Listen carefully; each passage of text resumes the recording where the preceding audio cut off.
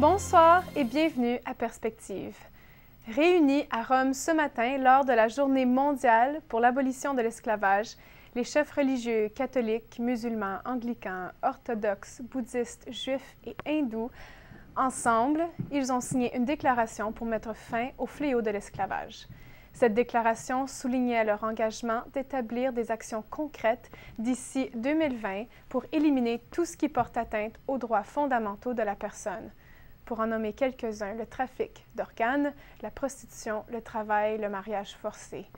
C'est la première fois que tous ces responsables des communautés religieuses s'unissent pour une telle cause.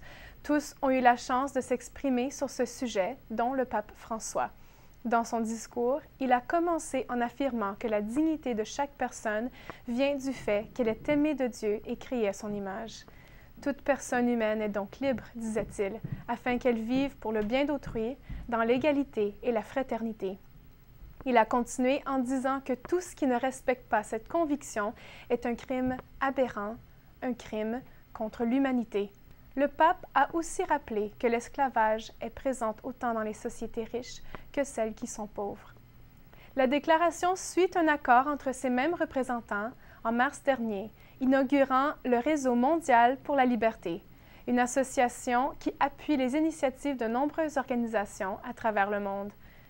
À la fin de la déclaration, on nous rappelle qu'aujourd'hui, nous avons la possibilité, la conscience, la sagesse et la technologie pour atteindre cet impératif humain et moral. À la chapelle Sainte-Marthe ce matin, le pape François a indiqué dans son homélie le chemin qu'il faut prendre pour connaître Dieu, un esprit de pauvreté. Il explique sa réflexion en s'appuyant sur l'Évangile d'aujourd'hui dans Saint Luc, où Jésus rend grâce à Dieu d'avoir révélé aux plus petits ce qu'il a caché aux sages. Parce que c'est celui qui a le cœur humble, doux, qui ressent le besoin de prier, de s'ouvrir à Dieu, disait-il, qui peut accueillir le mystère de Dieu.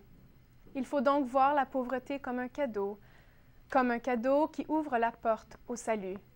Il a continué en montrant Jésus, le premier à comprendre cette logique, qu'il a décrit comme celle de l'abaissement, de l'anéantissement et de l'humiliation, pour arriver à Dieu. Il a terminé son homélie en invitant chacun et chacune de nous à entrer dans cette même logique durant le temps de l'Avent pour nous rapprocher du Seigneur. Dans la matinée, hier, le pape François a rencontré les évêques suisses au Vatican. La rencontre se poursuivait dans le cadre d'une visite ad limina des évêques. Le pape les a encouragés à préserver l'héritage spirituel déjà florissant dans leur pays. Il leur a aussi demandé de s'appuyer sur l'Évangile, disait-il, dans son intégralité. Parmi les évêques présents, l'ancien aumônier de la garde suisse, Monseigneur Alain de Rémy. Charles Bourgeois a eu la chance de l'interroger il y a quelques mois.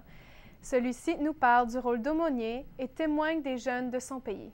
Mon rôle est purement spirituel, même si j'ai un grade militaire où je suis considéré comme un lieutenant-colonel, c'est-à-dire au même grade que le vice-commandant, pour donner justement à l'aumônier l'importance qui se doit ici.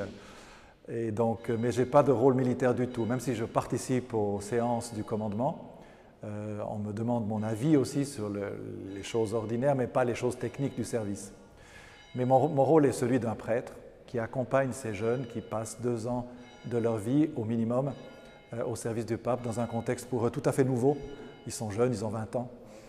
D'être en contact direct avec le Saint-Père pour des jeunes aujourd'hui, alors que les médias déforment si souvent sa pensée, est vraiment une grâce inouïe et que pour la Suisse, c'est vraiment un privilège incroyable d'offrir à ces jeunes cette possibilité d'être à la source de la foi, confrontés aux successeurs de Pierre, et ça, chacun en ressort ici enrichi.